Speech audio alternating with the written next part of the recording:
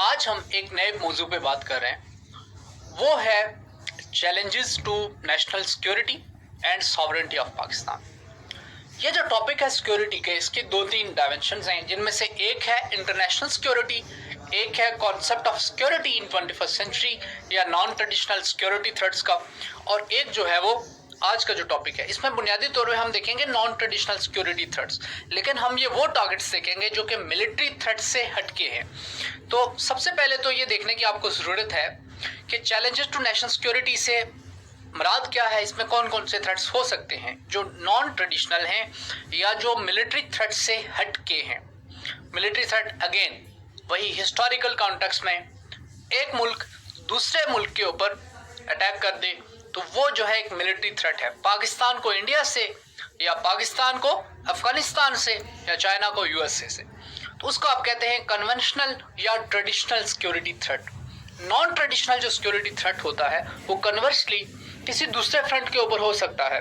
उसमें hybrid warfare हो सकती है या साइबर वॉरफेयर हो सकती है, या फिर उसमें मीडिया परसेप्शन या मीडिया वॉरफेयर हो सकती है, या उसमें किसी दूसरी डोमेन के ऊपर, इन्वायरमेंट के फ्रंट के ऊपर या डेवलपमेंट के फ्रंट के ऊपर या इकोनॉमिक फ्रंट के ऊपर या सोशल या कल्चरल फ्रंट के ऊपर एक कंट्री दूसरे कंट्री के खिलाफ वॉर वेज कर सकता है, और उसको आप कहेंगे कि वो नॉन ट्रेडिशनल सिक्योरिटी थ्रेट है। Andrew McCabe, there is no world of absolute and complete privacy और कंप्लीट नेशनल सिक्योरिटी।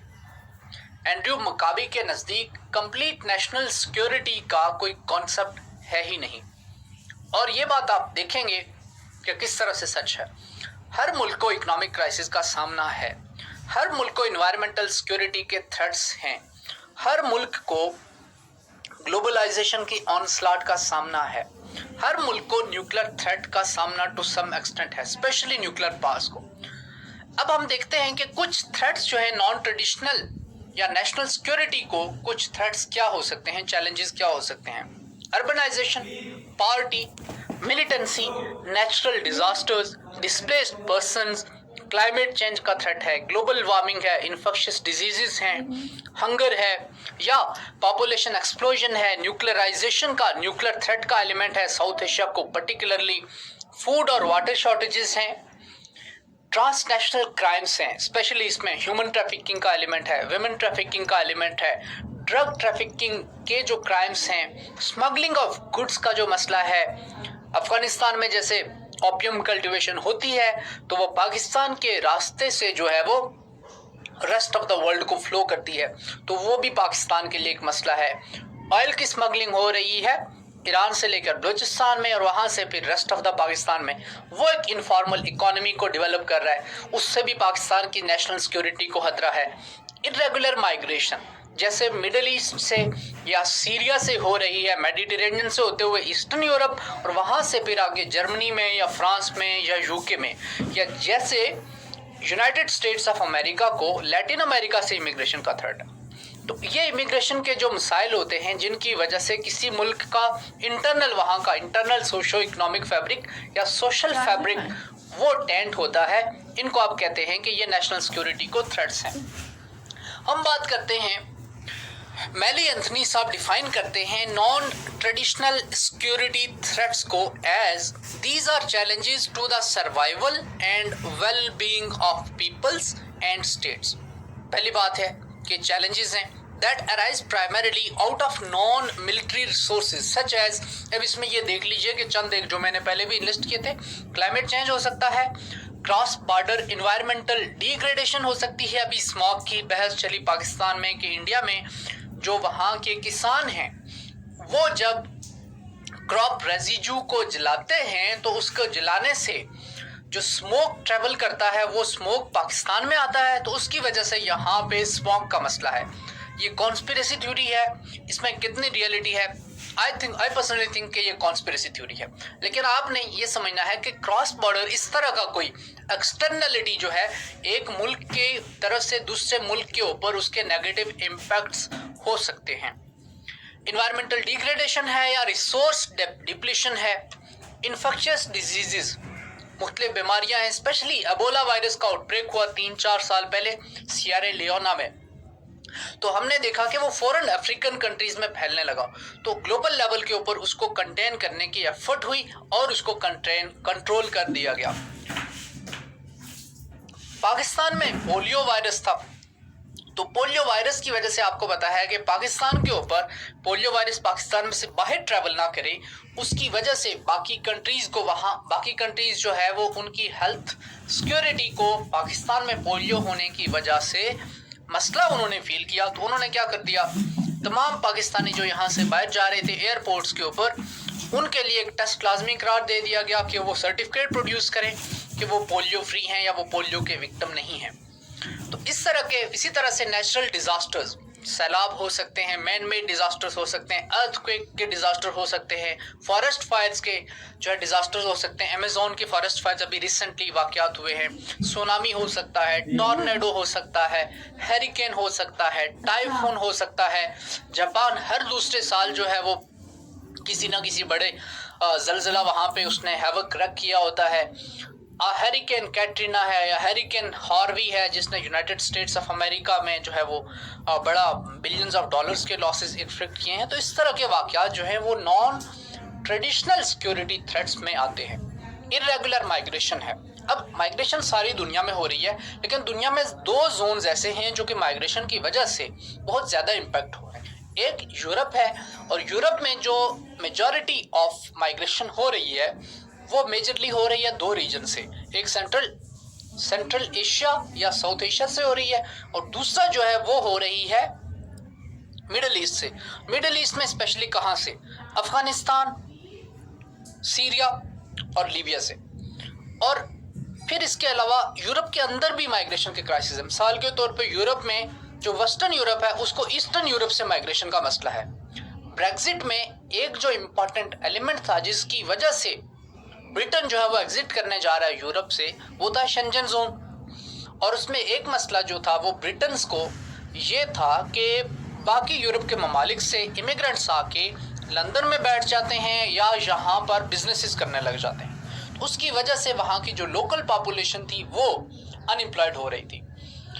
2016 में जब प्रेसिडेंट ट्रंप ने इलेक्शन जीते, तो प्रेसिडेंट ट्रंप के इलेक्शन जीतने में से एक जो नारा उसने लगाया था वो इमिग्रेशन के खिलाफ का नारा था। फिर आपने देखा कि फौरन प्रेसिडेंट ट्रंप ने प्रेसिडेंट बनने के बाद अफ्रीकन कंट्रीज को शिट होल कंट्रीज कहा, 6 मुस्लिम कंट्रीज से इमिग्रेशन के ऊपर बैन लगा दिया, कस्टम इन्फोर्समेंट इंस्पेक्टोरेट एस्टेब्लिश कर दिया गया, मैक्सिको के साथ जो है यूएसए की सदर्न बॉर्डर के ऊपर वॉल एरेक्ट करना शुरू कर दी। तो इस तरह के जो इंसिडेंट्स हैं, इस तरह के जो वाकयात हैं, उनसे आपने ये समझना है कि इमिग्रेशन सारी दुनिया में एक मसले के तौर पे देखा जाता है। इर्रेगुलर माइग्रेशन, मनी लॉन्ड्रिंग किस तरह से प्रॉब्लमेटिक है नेशनल सिक्योरिटी के लिए, फाटफ का आपने इशू ज़हन में रखना है। Financial action task force, Pakistan को ग्रे लिस्ट कर दिया गया। आपकी इंटरनेशनल लेवल के ऊपर जो इकोनॉमिक ट्रांजैक्शंस हैं वो स्मूथ नहीं हो सकती। देन क्यों? बिकॉज सैंक्शंस लगी होती हैं आपके ऊपर मॉनेटरी चेक्स लगे होते हैं। फाटफ में ग्रे लिस्टिंग का मतलब यह है कि आपकी जो ट्रांजैक्शंस हैं, फाइनेंशियल ट्रांजैक्शंस, वो फेयर नहीं हैं। यहाँ से कहीं आपकी जो ट्रांजैक्शंस हैं बैंकिंग के चैनल्स के थ्रू टेररिस्ट एंटिटीज को पैसा जा रहा है, तो जो एक बात कही जाती है CFT, countering financing of terrorism, उसके प्रिटेक्स्ट के under and AML, anti money laundering के प्रिटेक्स्ट के अंडर पाकिस्तान को फाटफ में ग्रे लिस्ट किया गया। वो अगेन पाकिस्तान की नेशनल सिक्योरिटी के लिए खतरा। फिर सैंक्शंस की मैं बात करूं, JCPOA के से विड्रॉल के बाद यूएसए ने ईरान के ऊपर इकोनॉमिक सैंक्शंस लगा दी और ईरान को इकोनॉमिक पेन का सामना करना पड़ रहा है। टर्की के ऊपर यूएसए ने इकोनॉमिक सैंक्शंस लगाई और टर्किश लीरा की जो करेंसी थी, टर्किश लीरा, वो बहुत ज़्यादा डेप्रिशिएट हुई। ईरानियन करेंसी भी बहुत ज़्यादा डेप्रिशिएट हुई है। और अभी जो चीज़ ये आपको नज़र आ रही है, नॉर्थ कोरिया के ऊपर यूएसए की सैंक्शंस, यूरोपीय यूनियन की सैंक्शंस और यूएन की sanctions due to the nuclear programme of North Korea. ये वो रीजंस हैं जिनकी वजह से कोई भी मुल्क, टर्की हो, ईरान हो या नॉर्थ कोरिया हो, उनकी इकोनॉमिक सिक्योरिटी को मसाइल का सामना करना पड़ता है। अगेन फिर थ्रेट है नेशनल सिक्योरिटी को। फूड शॉर्टेजेस, अब फूड शॉर्टेजेस की वजह से ड्रॉट हो सकता है, फूड शॉर्टेजेस की वजह से कहत हो सकता है, फूड शॉर्टेजेस की वजह से मेल न्यूट्रिशन हो सकती है, फूड शॉर्टेजेस की वजह से हेल्थ इमरजेंसी हो सकती है। आपके बच्चे जो है, आपके मुल्क के जो बच्चे हैं, वो उनके जो ब्रेन की ग्रूमिंग है वो एट पार नहीं होती कि वो एक इंटेलिजेंट ब्रेन या इंटेलिजेंट एक्टिविटीज़ में या लर्निंग की एक्टिविटीज़ में इन्वॉल्व हो सकें।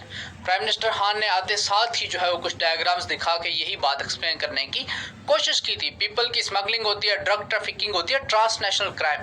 ट्रांसनेशनल क्राइम मिसाल के तौर पे यूनाइटेड स्टेट्स ऑफ अमेरिका के जो सदर्न स्टेट्स हैं उनको ये मसला बहुत ज़्यादा फेस करना पड़ता है। मैक्सिको से क्रिमिनल गैंग्स जो है वो यूएसए में ट्रैफिकिंग करते हैं और यूएसए में आके क्रिमिनल एक्टिविटीज़ में इन्वॉल्व होते हैं। इसके अलावा 4 ओवर्स की भी हम बात कर लेते हैं। ये जो 4 ओवर्स हैं ये चैलेंज पोज करते हैं नेशनल सिक्योरिटी को। मिसाल के तौर पे ओवर कमर्शलाइजेशन है।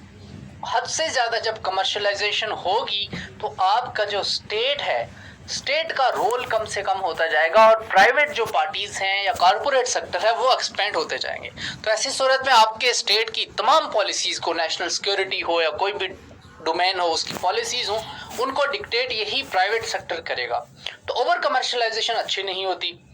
ओवर इंडस्ट्रियलाइजेशन, हद से ज़्यादा इंडस्ट्रियलाइजेशन हो अगर आपके मुल्क में हुई हो तो वो भी प्रॉब्लमेटिक होती है। इसका मसला हमने देखा कि चाइना को ये मसला फेस करना पड़ रहा है। अब ओवर इंडस्ट्रियलाइजेशन का नुकसान क्या होता है? जब आप ओवर इंडस्ट्रियलाइज हो रहे हैं तो इसका मतलब है आप प्रोडक्शन मैन्युफैक्चरिंग कर रहे हैं, ज़्यादा से ज़्यादा आपके मुल्क में ऑटोमेटेड सेक्टर्स चल रहे हैं। लेकिन कॉस्ट क्या है? कॉस्ट है फॉसल फ्यूल्स की।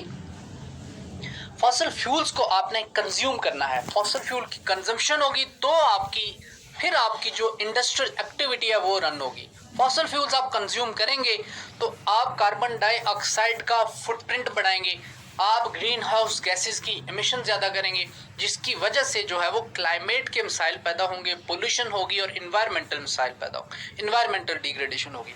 ओवर मॉडर्नाइजेशन की वजह से जो मसाइल का सामना है वो है सोशल और कल्चरल लेवल के ऊपर। मिसाल के तौर पे हद से ज़्यादा जब आप मॉडर्नाइज होते हैं तो हमने ये देखा है कि इंडिविजुअलिस्टिक सोच बढ़ जाती है। इंडिविजुअलिस्टिक सोच बढ़ने की वजह से सबसे ज़्यादा पहले जिसके ऊपर इम्पैक्ट होता है वो होता है इंस्टीट्यूशन ऑफ फैमिली के ऊपर, और दूसरा जिस चीज़ के ऊपर इम्पैक्ट होता है वो है एक इंडिविजुअल के ऊपर। तो इन दोनों एस्पेक्ट्स के ऊपर इम्पैक्ट की वजह से ओवरऑल आपकी सोशल फैब्रिक मुतासर हो जाती है। एक तरफ सेल्फ इंटरेस्टेड इंडिविजुअल्स अपने सेल्फ इंटरेस्ट को प्रिजर्व करते हैं या उसको परस्यू करते हैं, और दूसरी तरफ सोसाइटी का या फैमिली का इंटरेस्ट है। जब सेल्फ इंटरेस्ट या एक इंडिविजुअल का इंटरेस्ट जो है वो प्रोमिनेंट होगा या वो प्रेमाइज हासिल करेगा कलेक्टिव इंटरेस्ट के ऊपर, तो आपकी सोशल फैब्रिक या कल्चरल फैब्रिक मुतासर होगी। ये मटेरियल एस्पेक्ट के ऊपर ज़्यादा इसके नेगेटिव इम्पैक्ट्स हैं, और इन द लार्जर रन चूँकि जो आपकी स्टेट है वो सोसाइटी से मिलके बनी होती है, इसके ओवरऑल इम्पैक्ट्स आपकी कल्चर के लिए, आपकी सिविलाइजेशन के लिए अच्छे नहीं होते।